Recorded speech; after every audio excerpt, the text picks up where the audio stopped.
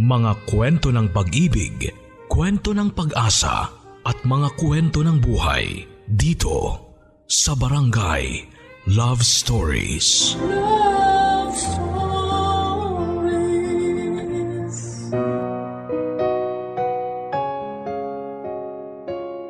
Maikli lang ang buhay. Yan ang sinasabi ng karamihan. Pero sa maikling oras na ito ng ating buhay ay maraming tao tayong makikilala, makakasama at mamahalin. Yun nga lang, kailangan nating tanggapin ang katotohanan na may mga taong mananatili sa puso natin pero hindi nakatakdang manatili sa buhay natin. Mga kabarangay, may mga tao tayong kailangang pakawalan.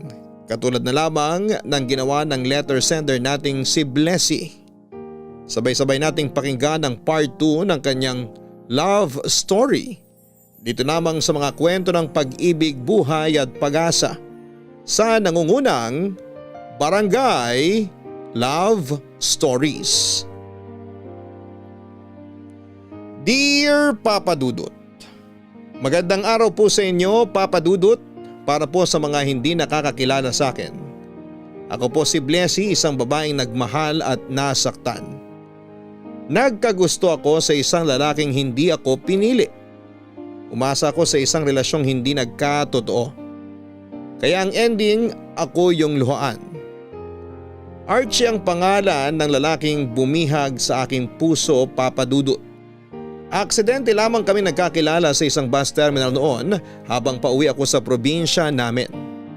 Ang pagkikitang yon ay nasundan pa ng ilang chance encounters. Nagkaroon kami ng hindi malilimutang pagkakaibigan hanggang sa unti-unti niya akong napaibig ng hindi sinasadya.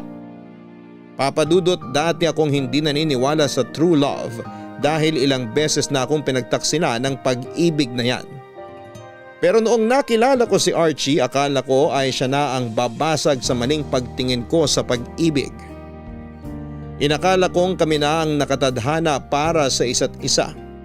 Dahil minsan din akong naniwala sa tinatawag nilang invisible string o ang sinasabing tali na nagkokonekta sa dalawang taong itinakdang magkasama. Pero napagtanto ko na isa lang pala itong maling akala.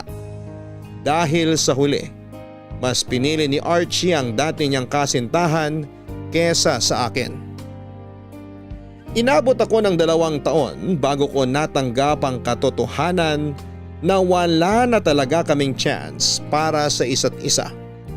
Sa tulong ng kaibigan kong si Jessa na hindi ako iniwan sa mga araw na sawi ako, ay unti-unti rin naman po akong nakalimot sa mga nangyari.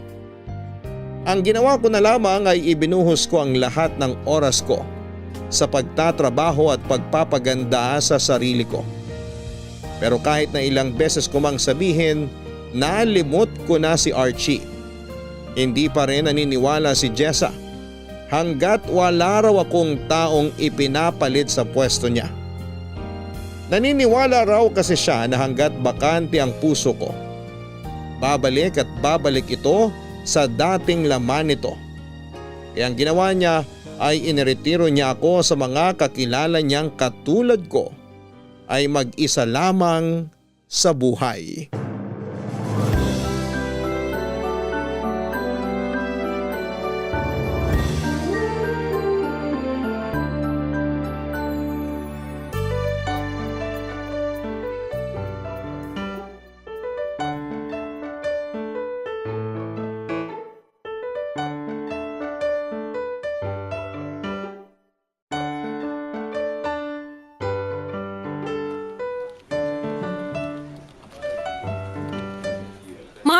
Ano, handa ka na ba? Handa para saan? Sira ulo, may date kayo ng best friend ko ngayon. Ah, ngayon na ba yun? Oo, Biyernes ngayon. Yun yung usapan niyo ni Blessy na magkikita kayong dalawa. Huwag mong sabihin nakalimutan mo. Hindi ko nakalimutan, nawala lang sa isip ko. Eh wala namang pinagkaiba yun eh. O ano, tutuloy ka ba o hindi? Siyempre tutuloy. Nakakahiya naman kung bigla akong aatras. Basta, tandaan mo yung mga sinabi ko sa'yo ha. Bawal magkwento tungkol sa mga dating nakarelasyon mo. Bawal mo ring ungkatin yung mga ex niya. Mag-focus ka sa future niyong dalawa. Oo, alam ko na yan. Huwag rin puro tungkol sa iyo yung topic. Alamin mo rin yung background niya, kung ano yung hilig niya, kung ano yung mga bagay na ayaw niya. Ayaw nun sa mga self-centered na tao. Alam ko na rin yan. Huwag magyabang, huwag kang sisingit habang nagsasalita siya, huwag kang titingin sa orasan mo habang magkausap kayo. Ayaw ni Blessy ng ganung tao. Pati pagtingin sa oras napapansin niya? Oo naman. Kahit bobo yun sa pag-ibig, metikulosa yun sa maraming bagay. Kaya ayusin mo first date nyo. Kasi kailangan mo magbigay ng magandang impression sa kanya. Oo na, isa sa isip ko yan. Huwag kang mag-alala. Oh, ba't ka naman ganyan makatingin sa akin? Ganyan na ba isusuot mo? Bakit? Maayos naman tong damit ko ah. Para kang naniningil ng utang, magbihis ka nga. Ang dami mo namang alam. Gusto ko lang ng maayos na lalaki para sa best friend ko. Kaya umayos ka. Malungkot na buhay noon kaya wag mo nang palalain pa. Sige, dadaan na muna ako sa bahay para magbihis bago ko siya sunduin. Okay na? Wala nang problema? Pag pumasa ka, alagaan mo yon ha. Kahit ino-okray ko yun ng harap-harapan, mahal ko yung babaeng yun. Makapasa? Ano ba to? Interview? Daig ko pa mag-a-apply sa trabaho ah. Gusto mo magka-girlfriend, di ba? Oo naman. Hindi ko lang gusto. Siya mismo yung gusto kong maging girlfriend. Nung nakita ko kayo nung nakaraan sa mall, nahulog na agad yung loob ko sa kanya. Mga banat mo ang corny. Hindi mo siya madadaan sa ganyan. Ano ba dapat? Yung natural lang dapat. Ay, teka, sandali lang. Tumatawag na siya. Hello, Blessy? Ano, nasan ka na? Hello, Jessa. Nasa bahay na ako. Kakauwi ko lang galing trabaho. Sakto. Tapos na rin kami sa trabaho. Uuwi lang daw saglit si Marl para magbihis. Sandali, wag na. Wag na? Bakit? Parang kailangan ko yatang i-cancel yung lakad namin ngayon eh. Ha? Bakit naman? Masama ba pakiramdam mo? Hindi. Hindi pa talaga ako ready na makipagkita sa iba eh. Pasensya na. Ano ba yan? Nakakahiya naman kay Marl. Sorry talaga. Ikaw na lang humingi ng dispensa sa kanya para sa akin, please. O sige, sasabihan ko siya. Salamat, bye-bye. Bye. Si Blessy ba yun? Anong sabi niya? Cancel daw. Masama raw pakiramdam niya. Sayang naman. Puntahan ko na lang kaya siya. Wag na. Umuwi ka na lang. Magpahinga ka na muna, kailangan mo ng tulog. Yang eye bags mo, puputok na. Hindi ko alam kung ano ang itsura ni Marl, Papa Dudut. Wala pa naman kasing Facebook noon para madali lang sana siyang hanapin online. Noong panahon namin, meet up lang ang tanging paraan para makipag-date kung gusto mo talagang makita kung ano ang itsura ng taong kausap mo. Ang tanging alam ko lang tungkol kay Marl ay katrabaho ito ni Jessa.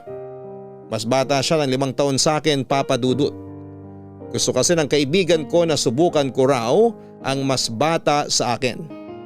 Lahat kasi ng mga naging ex ko ay mas matanda ng ilang taon kesa sa akin.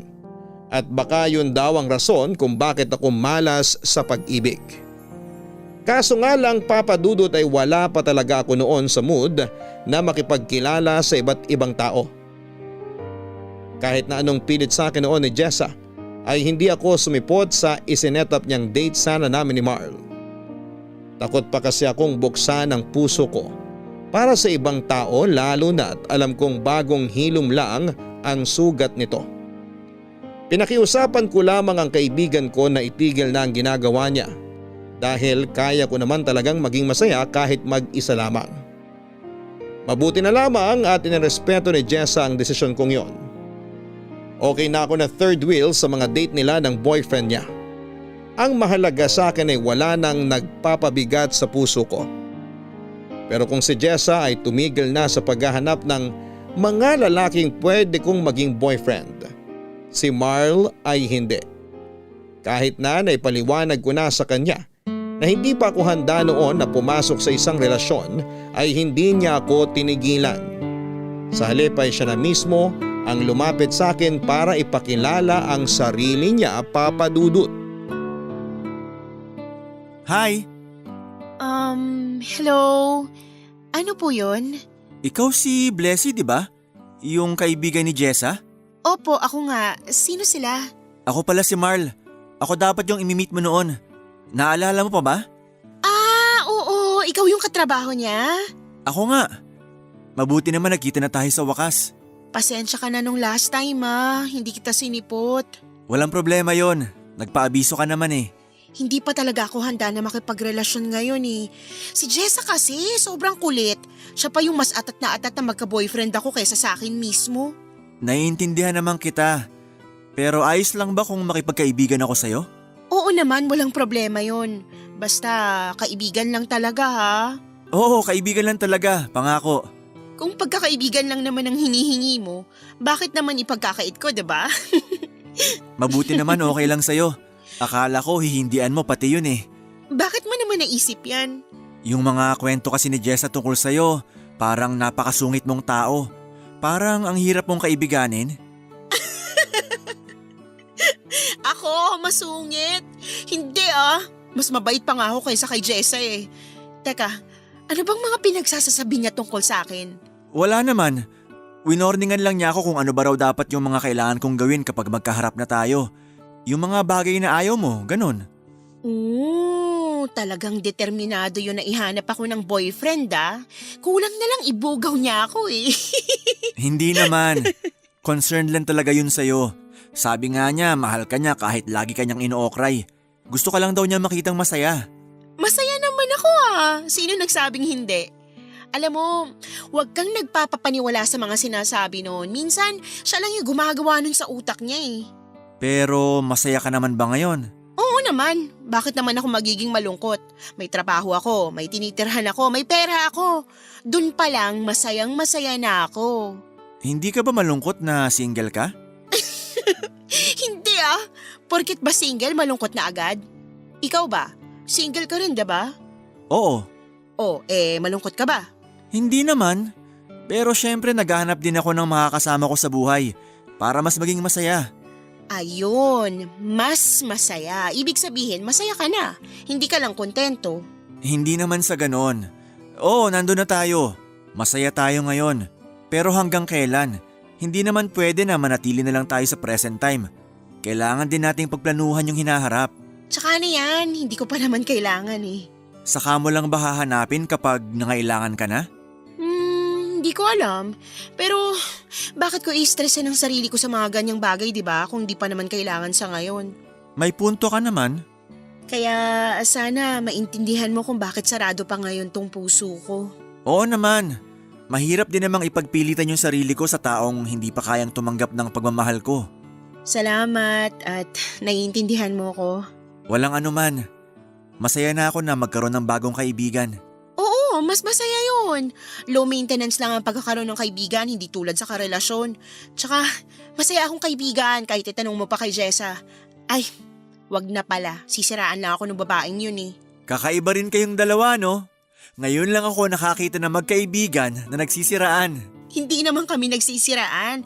Alam lang talaga namin yung ugali ng isa't isa. Kaya kahit sabihin kong bruha yun, hindi yun magagalit. Parang ang saya nyo tuloy kasama. Oo naman, sama ka sa amin minsan. Sige ba? To be fair, may tinatago namang itsura si Marl, Papa Dudut. Medyo payat siya pero malinis ang itsura. Maamo ang mukha niya na para bang hindi kayang pumatay ng lamok. Totoo nga ang sinabi sa akin ni Jessa na medyo tahimik siya at masyadong seryosong kausap. Pero kahit na ganoon ay hinangaan ko ang tapang at determinasyon niya. Kahit magkalayo ang personality namin sa isa't isa, ay nakipagkita pa rin siya sa akin para ipakilala ang sarili niya. Naging maganda naman ang unang pagkikita naming dalawa, Papa Dudut. Maayos ang naging first impression ko sa kanya. Siya yung tipo ng lalaki na parang hindi marunong manakit ng tao physically at emotionally. Pero sa dami ng pinagdaanan ko, alam kong minsan ay mapanlin lang ang itsura. Karaniwan sa mga demonyo ay naguhugis anghel. At kung sino pa ang may sungay ay sila pa ang mababait. Don't judge a book by its cover, ika nga nila. Kaya kahit mabait tingnan si Marl ay hindi ako nagpauto sa panlabas niyang anyo. Okay lang naman daw kay Marl kahit na pagkakaibigan lang muna ang maibibigay ko sa kanya. Ang sabi niya sa akin ay hindi naman daw niya ako mamadaliin dahil maging siya ay hindi rin naman nagmamadali. Ang hiling lang niya ay bigyan ko raw siya ng chance para makilala ko pa siya ng lubusan. Naisip ko na wala naman sigurong masama kung gagawin ko yon, Papa Dudut. Kaya pumayag ako na maging magkaibigan kaming dalawa.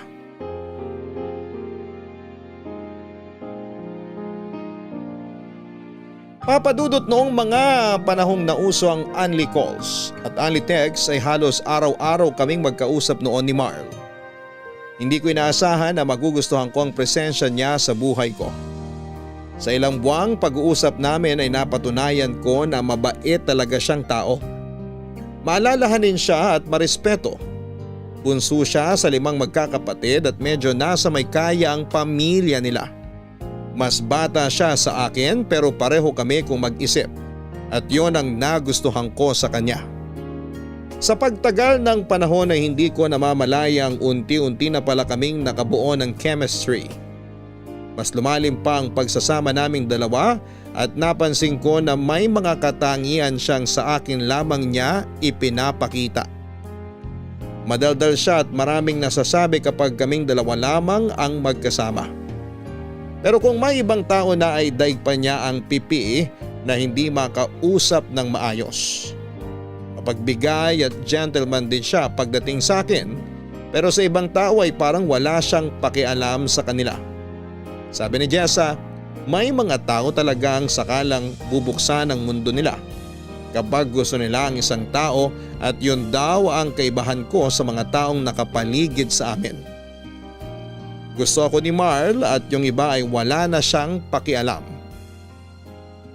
Papa Dudut, sa mga sumunod pang buwan ay marami kaming mga alaalang binuo.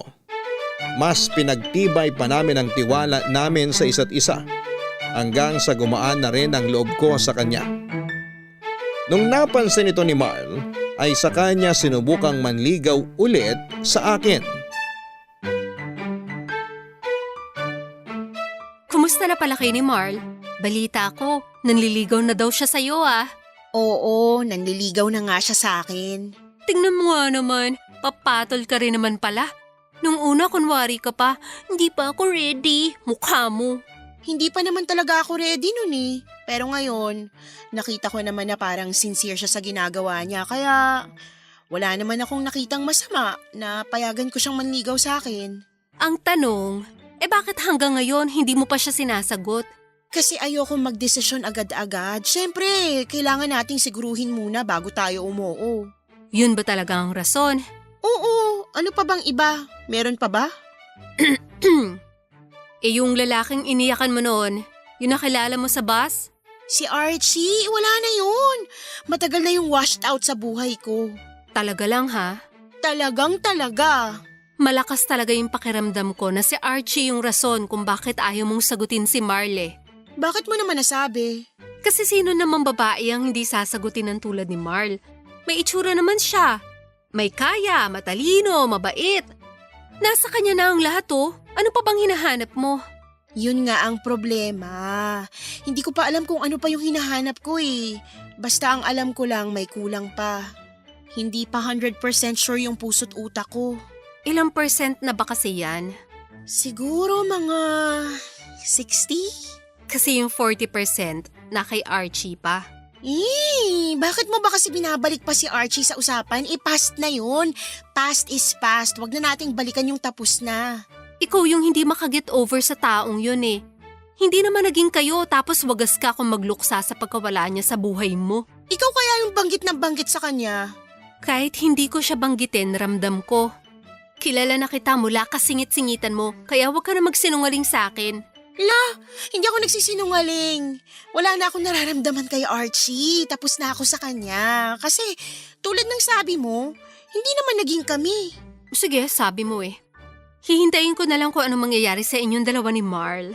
Basta ayoko nang mabroken ulit. Yun lang ang panalangin ko. Hindi na yan mangyayari kapag ginamit mo ang utak mo. Ginagamit ko naman. Hindi! Tigilan mo ako ha.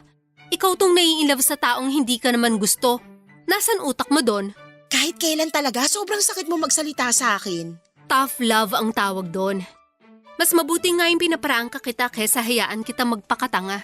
Oh, thank you ha. Ang laki ng tulong nyo. Ang advice ko lang sa'yo, Blessy, kung meron pa ni katiting na Archie dyan sa puso mo, alisin mo na. Kasi kahit ang itim na tuldok, napapansin sa puting damit. Hindi ka makakapagmahal ng ibang tao hanggat hindi mo pa tuluyang binibitawan si Archie. Ay, oo na lang. Kahit na alam ko sa sarili ko na tapos na ako sa parte ng buhay kong yan.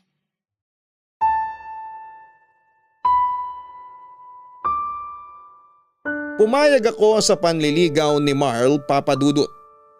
Matagal ang nangyaring ligawan. Magkahalong old school at modern na ang ginawang panliligaw sa akin ni Marl na siyang nakaka-impress. May mga bagay siyang ginawa na hindi ko inaasahang kaya pala niyang gawin. Katulad na lang noong nagplano siya ng bakasyon para sa akin kasama ang mga kapatid ko. Ipinakilala din niya ako noon sa mga magulang niya, pati na rin sa mga kaibigan at kakilala. Para na nga kaming magkasintahan noon na hindi pa official. Lahat ng yon ay ginawa ni Marl para lamang makuha ang matamis kong oo. Papa Dudut, ramdam ko na noon ang pressure sa sarili ko dahil masyado ng maraming mata ang nakatingin sa amin ni Marl noon. Sa side ko at sa side ni Marl. Marami ang umaasang magkakatuluyan kami. Para nga akong nasa gitna ng isang malaking stage na napapalibutan ng mga tao habang inaantay kung ano ang magiging sagot ko. Ayokong magpadalos-dalos sa mga desisyon ko.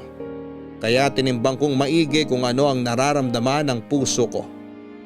Pero sa kasamaang palad, noong mga panahong yon ay hindi pa talaga ako sigurado para kay Marl. Oo, marami na siyang magagandang bagay na nagawa para sa akin at malaki ang pasasalamat ko doon. Pero hindi ko alam kung bakit parang may kulang.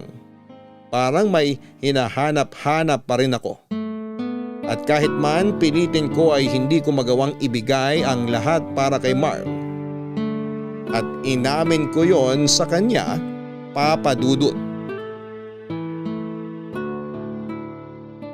Blessy, bago ko umuwi, gusto mo bang kumain muna tayo sa labas? Pwede bang next time na lang? Pagod na talaga ako eh. Gusto ko na sana magpahinga. Tsaka maaga pa ako sa trabaho bukas eh. Ganun ba? O sige, ihatid na lang kita pa uwi. Wag na, magko-commute na lang ako. Ayaw mo ba? Bakit naman parang iniiwasan mo na ako? Ha? Iniiwasan kita? Bakit ko naman gagawin yun? Hindi kita iniiwasan, Marl. Pero bakit parang nitong mga nakaraang araw, lagi ka nalang umiiwas kapag nag-aaya ako? Mabuti nga sumama ka ngayon eh. Akala ko busy ka na naman. Yun nga, busy lang talaga ako. Nasabi ko naman sa'yo yun, 'di ba? Hindi lahat ng oras available ako. Sana maintindihan mo. Oo, naiintindihan ko naman. Pero Gano'n naman pala eh. Huwag ka na mag-isip ng kung ano dyan. natatakot lang kasi ako na baka ayaw mo na pala sa akin. Sana kung ganun man yung mangyari, sabihin mo sa akin yung totoo. Para tigilan ko na tong ginagawa ko. Kung masyado ka nang nakukulitan sa akin, kung sa tingin mo talagang wala na akong pag-asa sa'yo, sana sabihan mo ko para alam ko yung ginagawa ko. Marl, hindi ko naman gagawin yun sa'yo. Hindi kita basta-basta nalang iiwan ng walang pasabi. Oo, hindi pa kita masagot sa ngayon pero lagi ko naman sa'yo sinasabi yung dahilan eh. Hindi pa talaga ganun kabuo yung nararamdaman ko para sa'yo. Siyempre, ayoko namang basta-basta nalang pumasok sa isang relasyon na hindi ako sigurado.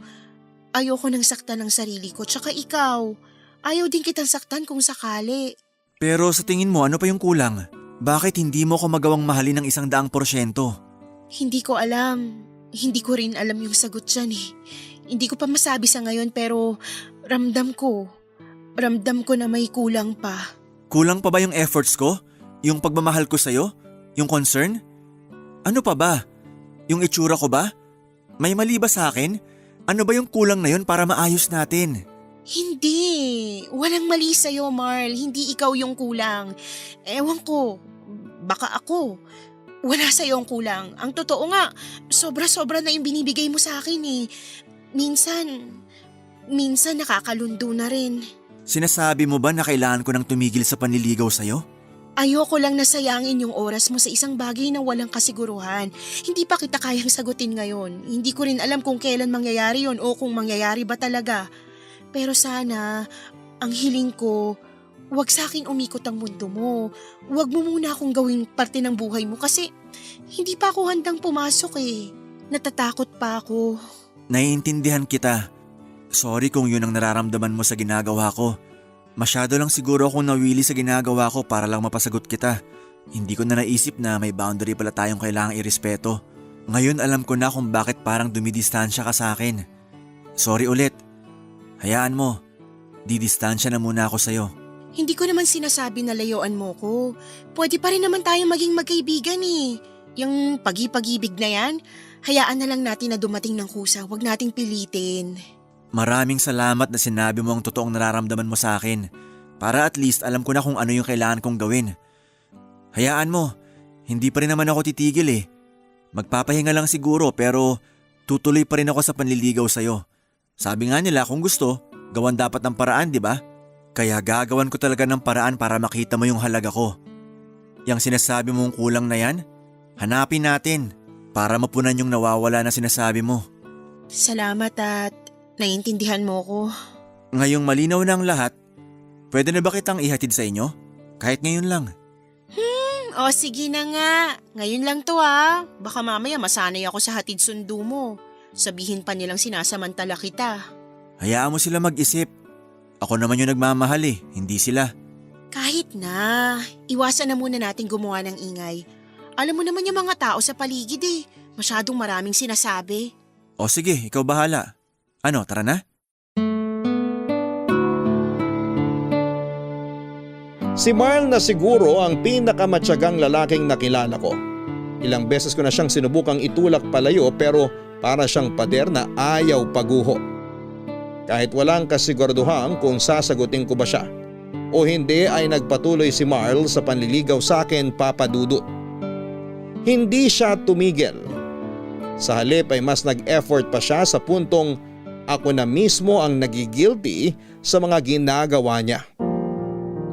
May mga oras noon na hindi ko na tinanggap ang mga regalong ibinibigay niya, lalo na't alam kong malaking halaga ng pera ang ginagastos niya para doon. Minsan ay umiiwas na rin ako tuwing nag-aaya siyang kumain kami sa labas. Natatakot kasi ako na baka dumating ang araw na isumbat niya sa akin ang lahat ng nagawa niya at ayoko namang mangyari yon, Papa Dudut. Ikinalugod ko ang mga bagay na ginawa ni Marl para sa akin. Masyado na siyang maraming na-invest sa akin na oras, pera at panahon na masasayang lang kapag hindi ko tinanggap ang panliligaw niya. Na-pressure ako sa isiping yon dahil parang wala na akong ibang pagpipili ang sagot kundi ang umoo na lamang sa gusto niya. Nang mga panahong yon ay marami na akong naririnig na baka ginagamit ko lang daw si Marl dahil mayaman siya. May nagsabi pa na kaya raw ayaw kong sagutin si Marl ay para madali ko na lang daw siyang dispatchahin kapag wala na siyang pakinabang sa akin. Hindi ako ganon, Papa Dudut, at hindi pumasok sa isipan ko na gamitin si Marl sa mga bagay na pinagsasasabi ng mga tao. Kaya para matapos na ang lahat at matahimik na ang mga taong inggit sa akin ay nag-decide akong sagutin na lamang si Marl. Nag-set ako ng date para sana sagutin ko na siya matapos ang mahabang panahon. Pero kung kailan papayag na sana akong maging girlfriend ni Marl, ay saka naman nagpakita sa akin ng isang taong matagal nang nakatago sa kaila-ilaliman ng puso ko.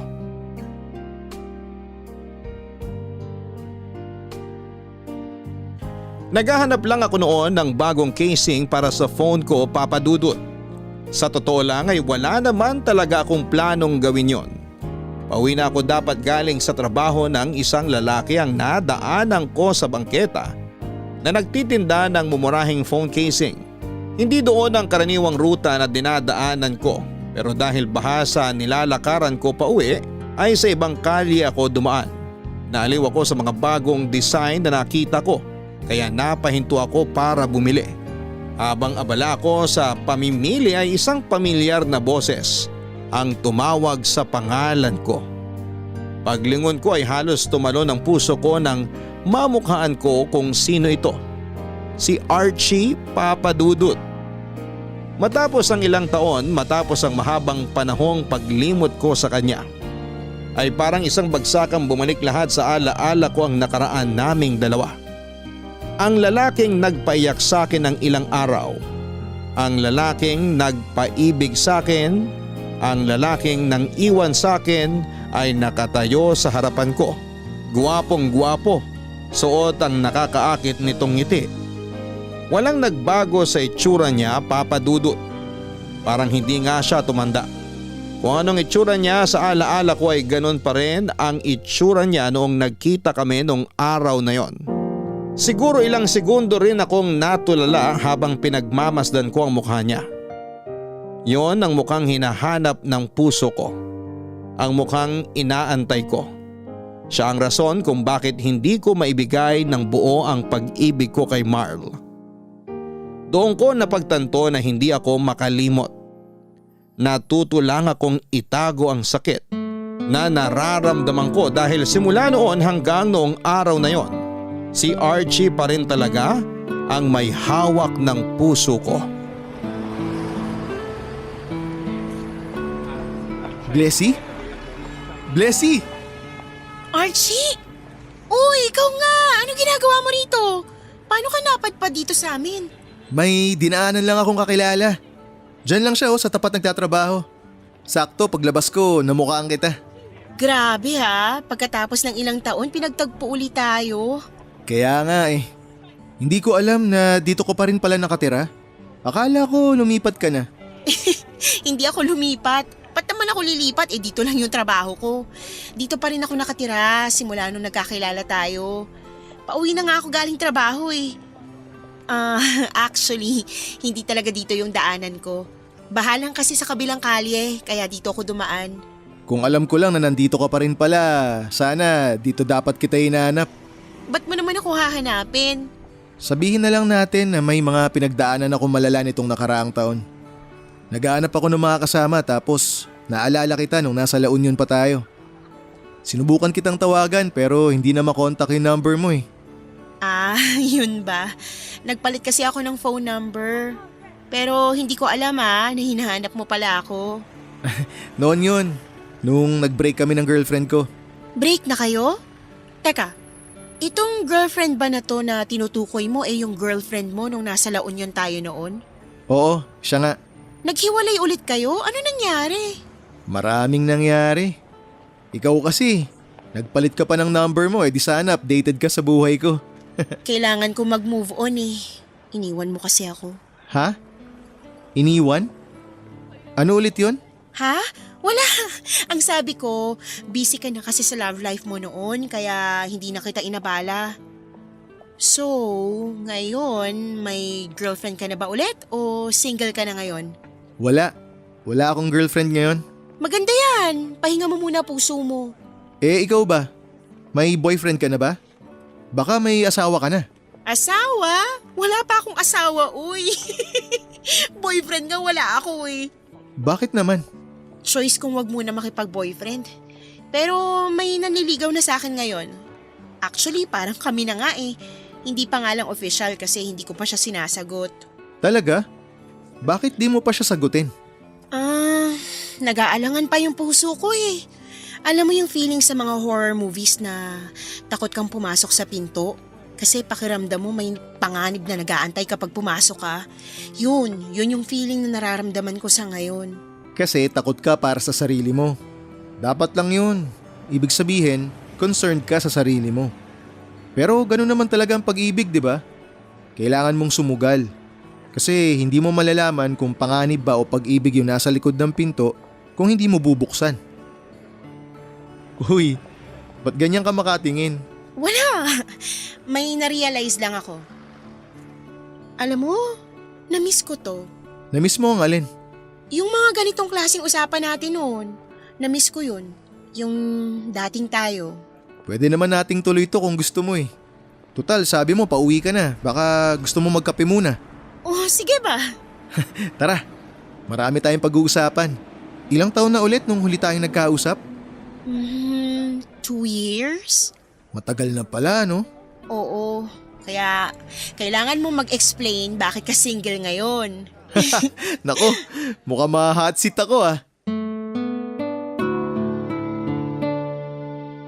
Papadudot, mahabang panahon ang iginugol ko para kalimutan si Archie, pero sa isang iglap ay parang kahapon lang nangyari ang lahat. Para bang biglang na-resuscitate ang puso ko na matagal nang patay. Saglit lang kaming nagkausap noong araw na yon, pero bigla kong nakalimutan ang lahat ng sakit na ibinigay niya sa akin. Hindi ko alam kung dahil ba ito sa pabango niya o dahil sa magagandang pares ng mata niya. Basta tuwing magkasama at nagkakausap kami ay para akong nasa Cloud9. Sobrang gaan lang talaga niyang kasama at tuwing nasa tabi ko siya ay nagiging komportable ako. Para bang lahat ng problema ko ay nawawala. Ang mga tao sa paligid ko ay biglang naglalaho at ang tanging laman ng mga mata ko ay siya lamang. Hanggang ngayon ay hindi nga ako makapaniwala na magkikita kaming dalawa ni Archie noong araw na yon. Sobrang lawak ng Quezon City at sobrang dami ng taong nakatira dito para lang magtagpo kami sa isang bangketa sa lugar na hindi naman namin karaniwang pinupuntahan. Hindi ko alam kung tadhana ba ang nasa likod nito o talagang sadyang coincidence lang ang lahat. Pero pasalamat ako na nagkita ulit kaming dalawa ng araw na yon matapos ang napakahabang panahon. Papadudot, ng dahil sa pagkikita namin yon ni Archie ay mas nalito ako sa tunay na nararamdaman ko. Ang plano ko dapat ay sasagutin ko na si Mark, pero biglang umurong ang desisyon ko. Pakiramdam ko kasi noon ay may rason kung bakit kami pinagtagpo muli ni Archie. Pero sa parehong pagkakataon ay ayoko rin namang sayangin ang efforts ni Marl. Hindi ko na talaga alam kung ano ang dapat kong gawin noon, kaya kumonsulta ako sa kaibigan kong si Jessa.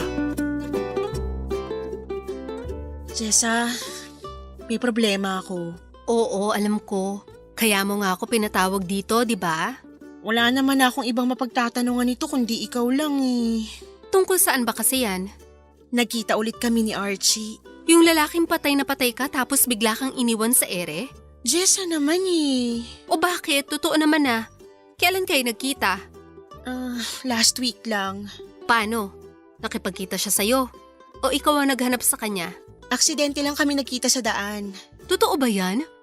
Baka naman ini-stalk mo yung tao. Bakit ko naman gagawin yun? Nagkataon lang talaga yung pagkikita namin. Alam ko naman na hanggang ngayon, hindi ka pa nakaka-move on sa taong yun eh. Anong hindi? Matagal ko na siyang nakalimutan. Bigla na lang siya nagpakita eh. Para siyang kabuti na bigla na lang sumulpot. Sus, aminin mo na. Si Archie naman talaga ang dahilan kung bakit hindi mo masagot-sagot si Marl, di ba? O ano, tama ako, di ba? Yun nga yung problema ko ngayon. Tapos sasabihin mo na naka-move on ka na kay Archie. Tigilan mo ako, kilala na kita. Oo na, hindi na kung hindi. Bahala ka na kung anong gusto mong isipin. In denial ka pa kasi. Oh, ano yung problemang sinasabi mo? Yun nga, ganito kasi yun. Dapat, sasagutin ko na si Marl. Nakapag-decide na ako eh. Pinag-isipan ko yun ng maayos. Humingi rin ako ng sign ko kung dapat bang bigyan ko na siya ng chance. O tapos? Tapos biglang nagparamdam si Archie. Ano ngayon? Porket nagpakita uli si Archie, magbabago na yung desisyon mo. Hindi kaya sign yun na bigla siya nagpakita ulit? Anong sign na pinagsasabi mo dyan? Akala ko ba sa ating dalawa ako yung hopeless romantic? Habang tumatanda tayo, mas ikaw pa yung naniniwala sa mga ganyang bagay eh. Hindi yun sign. Ang sabihin mo, mas pabor lang talaga ang puso mo kay Archie. Hindi totoo yan. So anong gusto mong palabasin? Naghahanap ka lang ng rason para hindi mo sagutin si Marl. Hindi rin totoo yan. Alam mo, tumataas ang BP ko sa'yo eh. Napaka-in denial mo talaga. Pwede bang kahit ngayon lang, magpakatotoo ka sa nararamdaman mo? Para kang ewan eh. Nagpapakatotoo naman. Hindi talaga. Ganito ha, tapatin mo nga ako. May gusto ka pa ba kay Archie? Matagal na kaming hindi nagkita ni… Oo lang o hindi ang sagot. May gusto ko pa rin ba sa kanya hanggang ngayon kahit na hindi ka niya pinili noon? Oo o hindi? Hindi ko alam. Baka meron pa nga. Si Marl, mahal mo ba talaga siya o hindi? Si Marl naman kasi… Oo o hindi lang ang sagot. Ang kulit mo rin eh. Hindi. Hindi pa sa ngayon. Hindi pa talaga. So bakit mo nasabi na sasagutin mo na si Marl kung hindi mo naman pala siya mahal? Kasi sobrang dami niya nang nagawa para sa akin eh.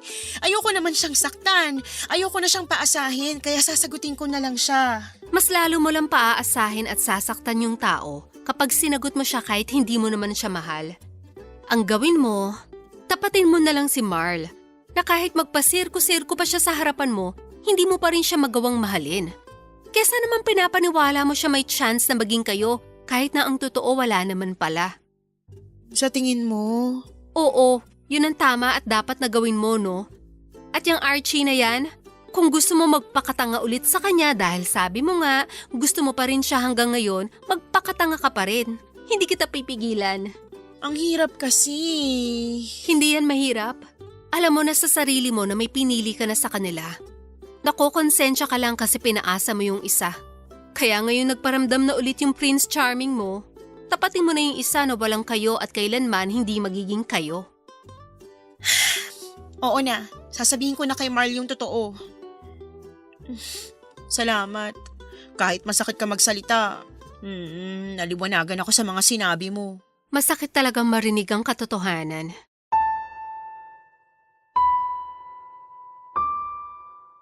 Papa Dudut, alam ko na kung ano ang iniisip ng mga kabarangay sa oras na ito. Siguro sa tingin ng iba ay napakadali lang ng solusyon sa problema ko. Marahil ay marami sa inyo ang mas pabor o boto kay Marl tulad ng sinasabi ng kaibigan ko, pero malakas din kasi ang sigaw ng puso ko na hindi siya ang gusto ko.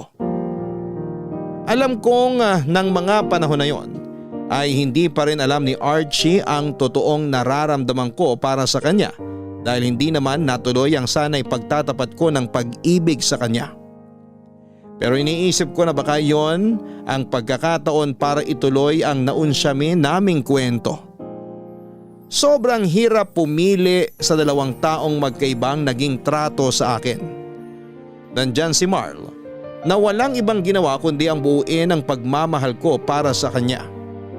Maasahan siyang tao at alam kong mahal niya ako.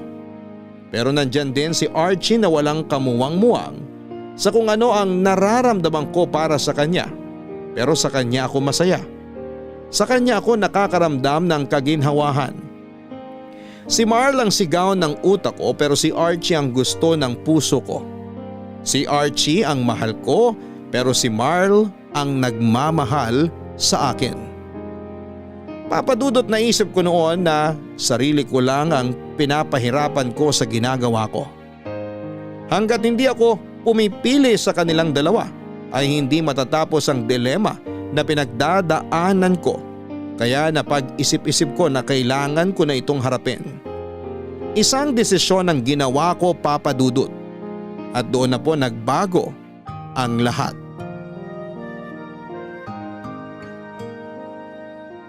Papa Dudut, kung saan ko kinuha ang tapang ko noon para lamang harapin sina Marl at Archie. Alam ko kasing marami ang magbabago kapag pumili na ako ng isa sa kanila. Pero anuman ang maging resulta ng desisyon ko ay willing naman akong tanggapin ito. Maraming pwedeng mangyari sa pasyang gagawin ko. Pwedeng mawala sa akin ang lalaking tanging nagmamahal sa akin. Pwede rin akong layuan ni Archie kapag nalaman niyang may gusto pala ako sa kanya. Malaki nga rin ang tsansa na pareho silang mawala sa akin at okay lang din yon. Ang mahalaga ay matapos na ang lahat. Bago ko kinausap si Marl at Archie ay lumapit ako sa mga magulang ko at ilang kaibigan para humingi ng payo. Marami silang naibigay sa aking advice na siyang dahilan kung bakit mas pinili ko ang laman ng puso ko. Humiling din ako sa Diyos na sana'y ibigay niya sa akin ang tamang desisyon. Ano man ang maging resulta ng gagawin ko ay tatanggapin ko ito ng taos-puso. Matapos ang mahabang pag-iisip ay una akong nakipagkita kay Marl Papadudot.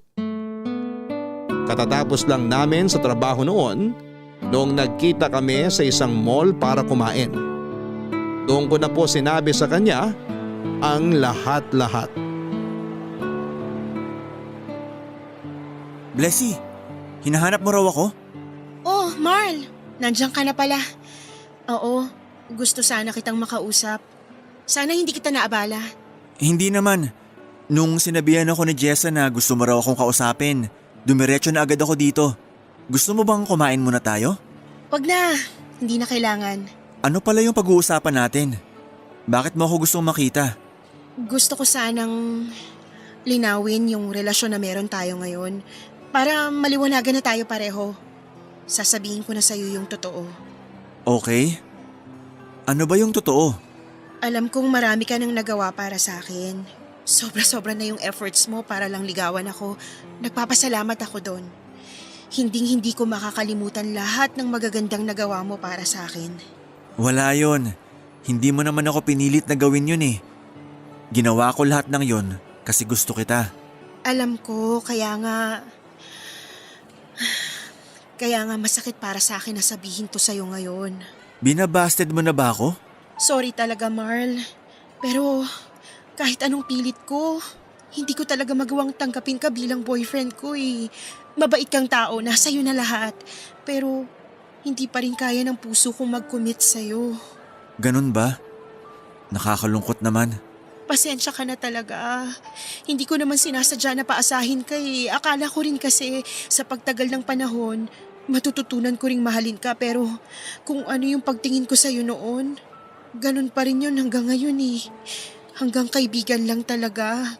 Wala tayong magagawa kung ayaw talaga. Mahirap namang pilitin ng puso, di ba? Kung gusto mo magalit sa akin, okay lang. Pero gusto ko lang malaman mo na sobrang thankful ako sa lahat ng ginawa mo para sa akin. Wala yun.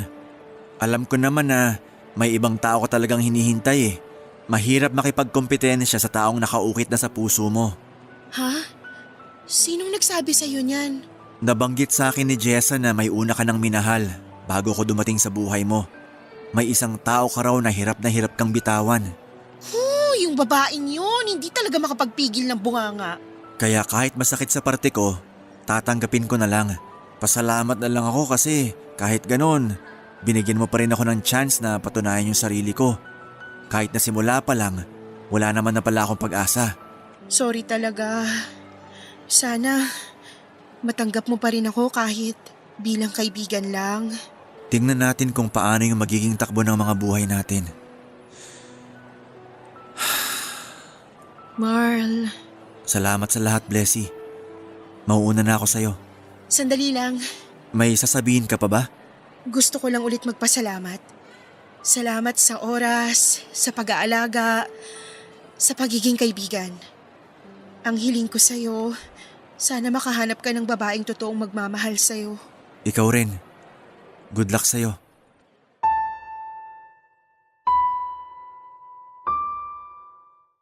Nalungkot ako para kay Marl Papadudot. Mabuti siyang tao at alam ko namang marami pa siyang ibang babae na makikilala na mas deserving sa pagmamahal niya. Sa totoo lang ay nakaka-guilty dahil mahabang panahon ko siyang hinayaan lang na ligawan ako kahit na alam kong hirap na hirap akong ibalik sa kanya ang ibinibigay niyang efforts sa akin. Pagkatapos ng pag-uusap namin yon ay unti-unti ring lumayo ang loob sa akin ni Marl. Mabigat sa dibdib ang ginawa kong yon, Papadudot. Pero sa parehong pagkakataon ay nakahinga ako ng maluwag dahil nabawasan na ang mga bagay na tumatakbo sa isipan ko. Hindi nagtagal ay nawala din naman kaagad ang konsensyang nararamdaman ko dahil sa ginawa ko kay Marl, Papadudot. Ilang linggo kasi matapos ang nangyaring pag-uusap namin ay bigla ko na lamang nabalitaan na may girlfriend na siya. Yun pala, hindi lang ako ang babaeng nililigawan niya noong oras na yon. Marami kami at kung ano ang mga bagay na ginagawa niya sa akin ay ginawa din pala niya sa iba.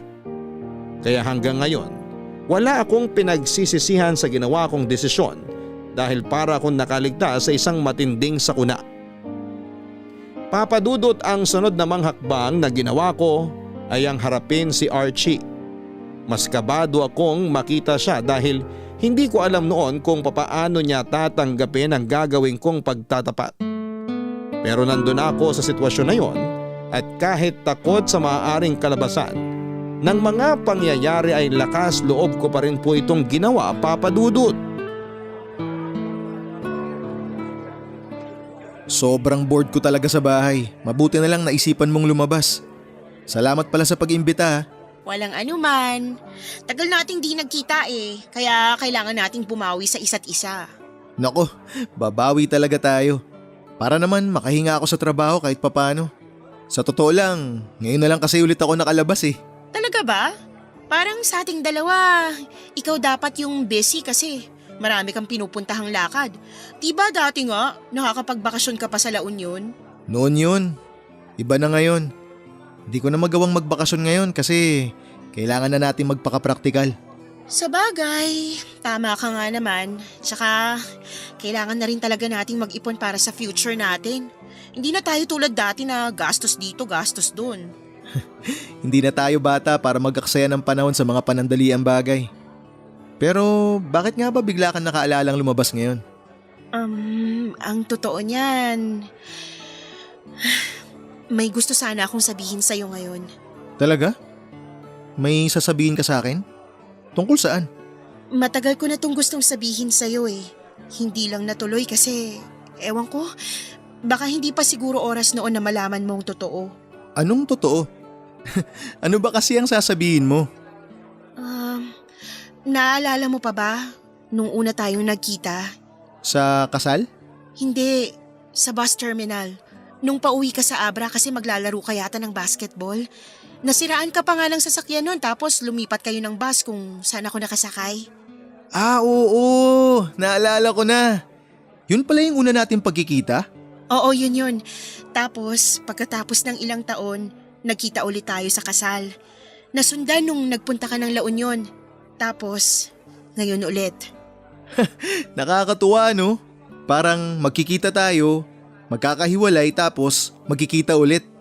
Parang mangga lang na seasonal. Kaya nga naalala ko na naman tuloy yung kwento sa akin ni Jessa tungkol sa invisible string. Invisible string? Na may invisible string daw na nakakabit sa bawat tao. Tapos yung karugtong nun, nakakabit din sa taong nakatakda na makasama mo habang buhay. Kahit magkahiwalay kayong dalawa, hindi man magkita ng mahabang panahon, konektado pa rin kayong dalawa. At kahit ano man ang mangyari, magtatagpo at magtatagpo pa rin ang landas niyong dalawa. Ang ganda naman nun. Parang soulmate? Oo, parang gano'n na nga. Pero ano namang kinalaman nun sa sasabihin mo sa akin? Naisip ko lang na baka may rason kung bakit kahit ilang beses na tayo nagkahiwalay, patuloy pa rin tayo nagkikita. Ano yung rason sa tingin mo? Na baka tayo yung para sa isa't isa. Totoo ba? Alam ko nakakatawang pakinggan tong mga lumalabas ngayon sa bunganga ko pero ewan ko, yun yung gusto kong paniwalaan kasi matagal na akong umiibig sa'yo. Sa akin? Gusto mo ako? Oo, matagal na. Nung una nagkasama tayo sa bus, sobrang gaan na ng loob ko sa'yo. Nung nagkakilala ulit tayo sa kasal, nag-iwan ka ng di malilimutang impression sa akin. Tapos mas na-develop pa yung nararamdaman ko sa'yo nung nagkasama tayo sa La Union. Pero bakit ngayon mo lang sinasabi sa akin to? Kasi may girlfriend ka nun at ayoko naman makasira ng relasyon kaya sinarili ko na lang yung nararamdaman ko. Nakakagulat naman. Alam ko. Sorry kung nabigla ka sa mga sinabi ko. Pero aaminin ko, hindi ka rin nawala sa isip ko. Willing naman ako na gamitin yung mga susunod na panahon natin para kilalanin pa ng husto ang isa't isa Pwede naman yun, di ba? Kung okay lang sa'yo. Oo naman. Walang problema yun sa akin. Tingnan natin kung totoo nga yung teorya na sinasabi mo. Na merong invisible string na nagkokonekta sa ating dalawa.